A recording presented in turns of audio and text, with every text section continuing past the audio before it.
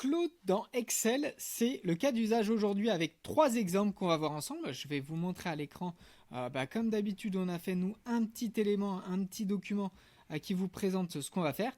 On va générer à partir de rien. Donc on va ouvrir notre Excel, vous le voyez juste ici, et on va générer sur la partie de droite un bilan un classeur, un modèle de prévision de trésorerie sur 13 semaines.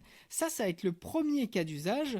Le second cas d'usage, vous le verrez juste après, c'est partir d'un document qu'on a, un bilan, et on va l'analyser comme un prompt senior, c'est-à-dire quelqu'un de très qualifié pour analyser donc un bilan comptable et en faire un graphique pédagogique. Ça va être le deuxième cas d'usage.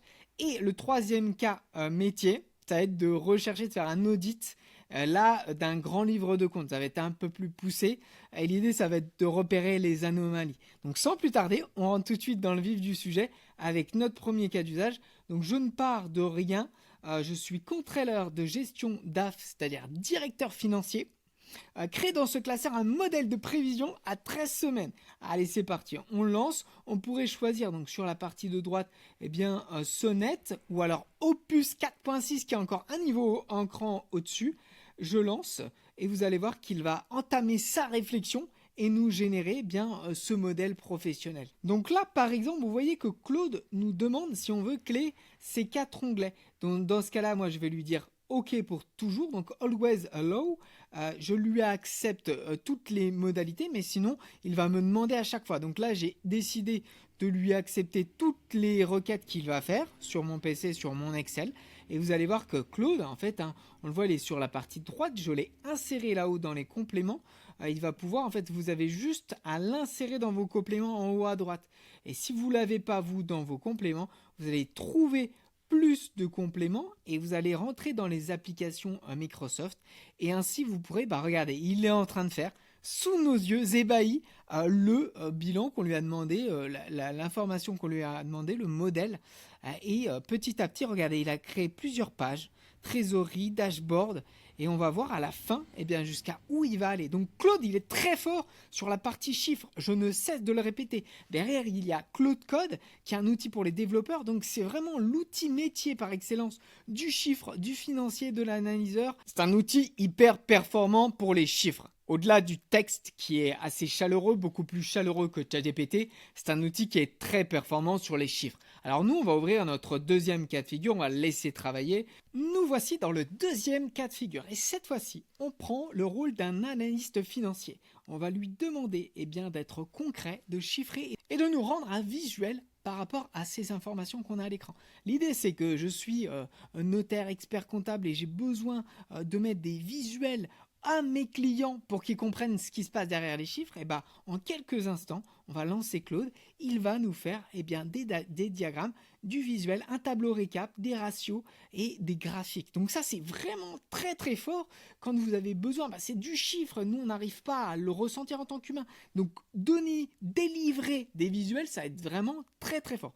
On le laisse encore une fois travailler. Voyez qu'il a pris le contrôle de mon PC. Il ne me demande même plus parce que j'ai accepté. Voilà, et regardez. Alors là, il me demande qu'est-ce qu'il peut faire. Un bilan exemple. On va le lancer, c'est parti. Il va nous créer un bilan exemple par rapport à tout ça.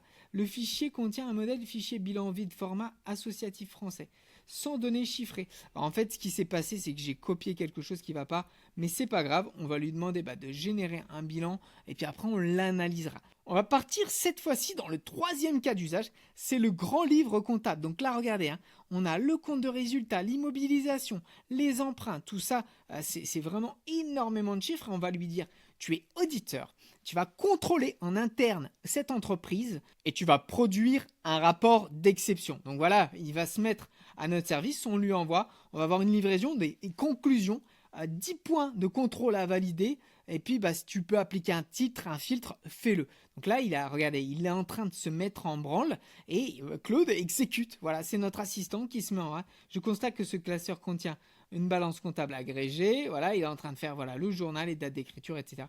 Donc, il est en train de bosser. On le reprend juste après. Voilà, qu'est-ce qu'il peut nous faire? Des écritures sont dans un autre fichier. 6 milieux des écritures fictives, on va partir sur le cas 2. Et comme ça, on va pouvoir le lancer En fait, il m'explique qu'avec les données que je lui ai données, alors je suis en limité parce que je ne paye pas Excel sur ce compte. Et du coup, je pense que c'est ça qui le bloque.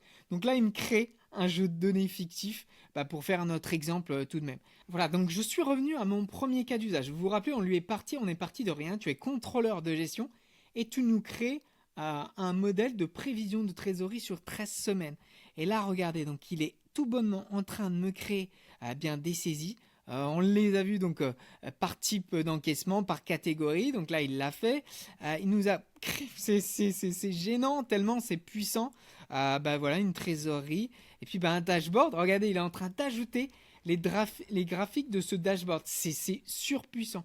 Donc à partir de rien, des consignes, vous allez discuter 20-30 minutes avec ChatGPT, avec Claude, vous en avez votre bilan prévisionnel et ensuite vous créez ce bilan prévisionnel directement dans Excel. C'est assez fort. Ça, c'est le premier cas d'usage. Donc à partir de rien, générer un Excel. Alors je suis revenu sur mon K2 et regardez comme c'est puissant. Il nous a fait un contrôle de cohérence. Est-ce que c'est OK? Pas OK. Donc voilà, on a tout bonnement, il est en train de travailler, il continue à travailler. Il est en train de nous créer les graphiques. Regardez bien sur la partie de la deuxième feuille. C'est fou. Donc on part là cette fois-ci de quelque chose qu'on a. Je vous rappelle le cas d'usage. On a un bilan. On lui donne ce bilan et à partir de ce bilan, on lui demande d'auditer, de regarder un petit peu et de nous créer des graphiques. Et regardez, il nous a créé des graphiques, on pourrait les partager à notre client pour que ce soit un petit peu plus compréhensible pour lui. Si on est expert comptable, qu'on a du chiffre qu'on doit envoyer à notre client, pourquoi pas lui fournir un petit visuel comme ça ou faire des captures d'écran et lui envoyer pour qu'il comprenne mieux. Et voilà, il nous fait un calcul de cohérence, les messages cités, la croissance, etc. Donc notre client il va pouvoir comprendre plus facilement notre livre là. On passe au cas d'usage numéro 3, vous vous rappelez, là ça va être beaucoup plus puissant. On est sur notre cas d'usage numéro 3. Alors vous vous rappelez là, lui a donné un grand livre, c'est-à-dire vraiment énormément d'informations, les créances clients, les emprunts, les dettes, le bilan. Enfin c'est magistral, enfin c'est colossal ce qu'on lui a donné et on lui demande d'auditer un petit peu ça et de repérer des anomalies. Et regardez bien, là il est en train de continuer à travailler, il analyse les ratios et puis en fait il va nous créer un petit compte rendu, voire même plus. Je vous retrouve dès qu'il a fini sa tâche.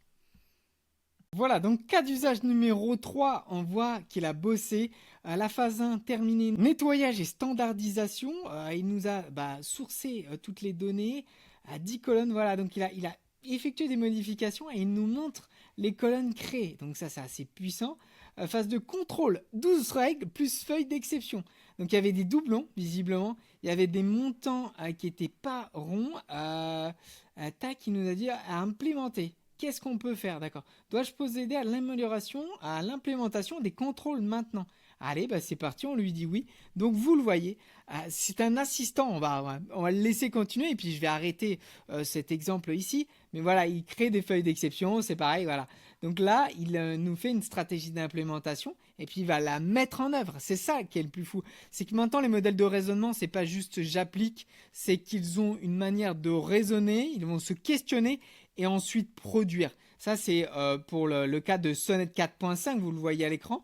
Mais vous avez aussi 4.6, Opus 4.6, qui lui est encore plus performant, mais qui vous prend plus de crédit. Vous pouvez être plus limité dans le temps. Alors, je vous rappelle qu'on a des appels de 30 minutes à nos côtés. L'idée, c'est pour vous d'intégrer des formations.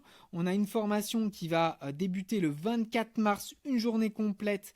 On va voir des cas d'usage, des mini-applications, les artefacts. C'est des petits brides de code. On va pouvoir faire des propositions commerciales. Automatiser vos mails et puis créer du contenu. Ça va être la formation du 24 mars. On a celle du 30 avril qui va être la même chose, seulement c'est 2 journées distinctes pour que tout le monde puisse y participer.